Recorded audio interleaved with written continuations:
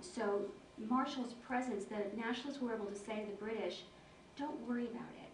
We'll protect minority rights. Look who our advisor is. We have the world's leading figure in minority rights, and he's advising us about how to build in minority rights protection in our Constitution. So that's part of the story about 1960. In 1963, our scene opens with a small plane descending to the Nairobi airport early one morning. The runway cut the same path across the flat plain outside of the city as it had before, but much had changed in the 3 years since Thurgood Marshall had last been to Kenya. In early 1960, independence had been a demand. Now it was an inevitability with ceremonies scheduled for December. Jomo Kenyatta, still in detention, was his influence feared by the British and Americans, had instead emerged as a moderating voice after his release in 1961. He'd carried his party to power and was now prime minister during the colony's short period of self-rule. As for Thurgood Marshall, bruising Court of Appeals confirmation battles were behind him.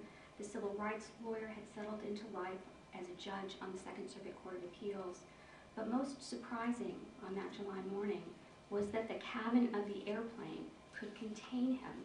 So excited to be back, Marshall nearly burst out of the plane. He stood at the top of the stairs of the airplane, arms extended, savoring the moment.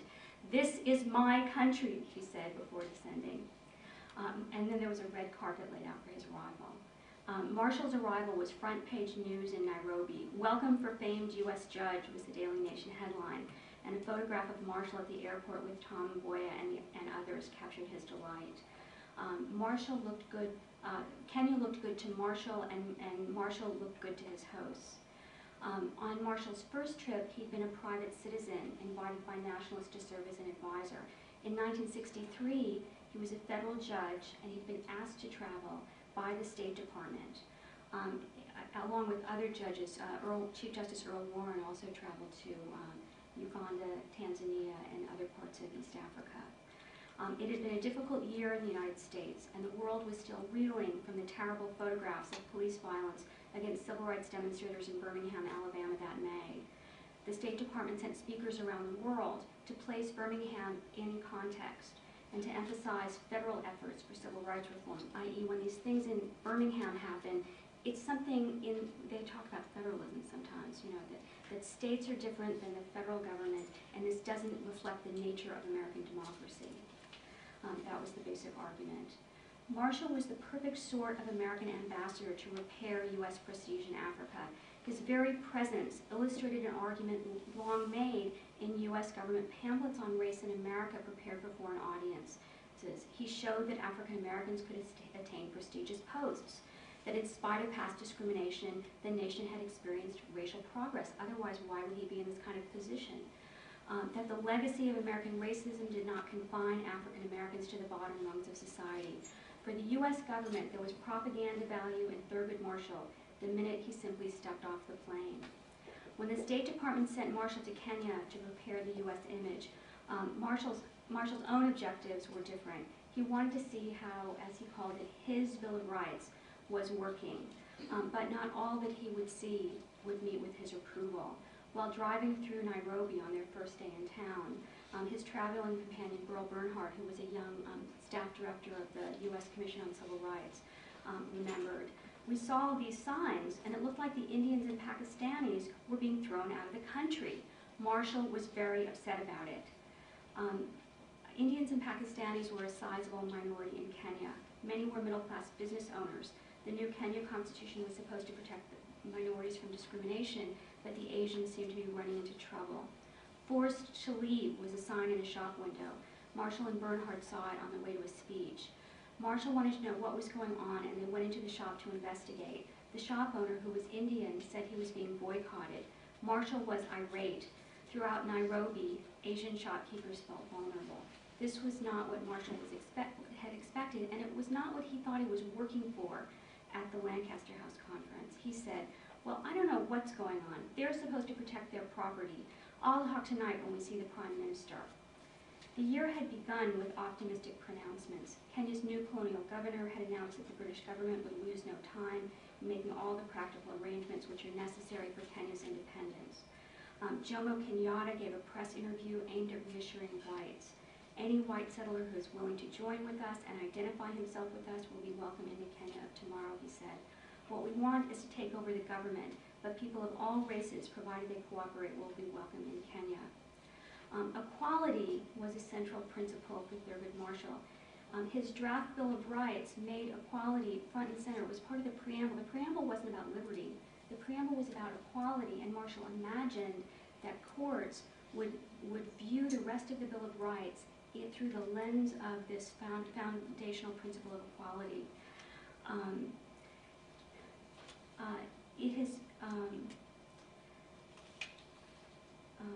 He told the Committee on Safeguards at Lancaster House in 1960, Safeguards Not Rights. The intention of his paper was to protect the rights of every individual in Kenya rather than the rights of any particular groups. But the preamble and other parts of his Bill of Rights had not survived rounds of redrafting since Marshall had first submitted it at Lancaster House. Now, the central problem at Lancaster House was, could they keep the whites on board for constitutional reform?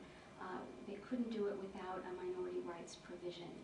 But the central issue in terms of rights, as Kenya was nearing independence, was the rights of Asians seemed to be more unsettled.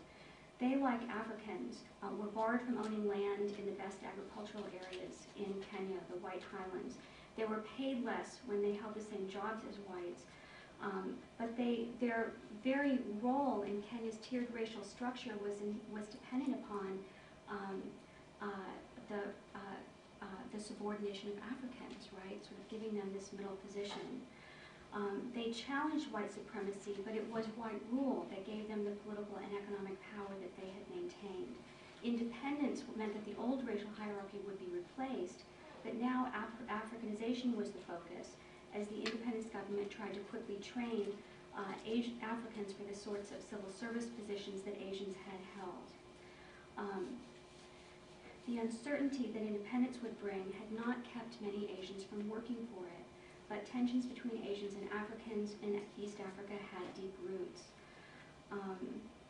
As Mahmoud Mamdani writes, speaking about Uganda, the only significant contacts between races were those in the marketplace, between seller and buyer, trader and customer, master and servant, subject and ruler. Significantly, these were all relations of power. In Kenya, as in Mamdani's Uganda, the equation in those times was simple. He is Asian, he is rich, I am African, I am poor. Ultimately, the Asians in between this, in Kenya's tiered racial structure, meant that their interests were squeezed by both sides as the country, as the colony moved toward independence. In 1963, troublesome news percolated through Kenya as the colony approached its first multi-party, reasonably free elections. The Kenya African National Union would soon emerge as the dominant party. Before the election sealed their role, support for a rival party by some Asians led to tensions. In February of 1963, KANU Organizing Secretary John Keane called for a boycott of Asian shopkeepers who did not support his party.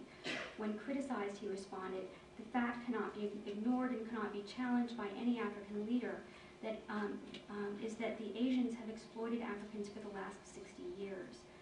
The Daily Nation reported of allegations that a large number of letters written by local KANU officials had been sent to Asians warning them to quit, to join the party, KANU, or quit the country. The same day, a separate story reported that 1,000 Asians had joined the KANU party. Keane, the organizing secretary, declined to say whether this was a result of his threat to boycott Asian shops. Instead, he called the move very encouraging. He was happy with the Asians who had joined the party. These Asians, he said, were the true sons of Africa.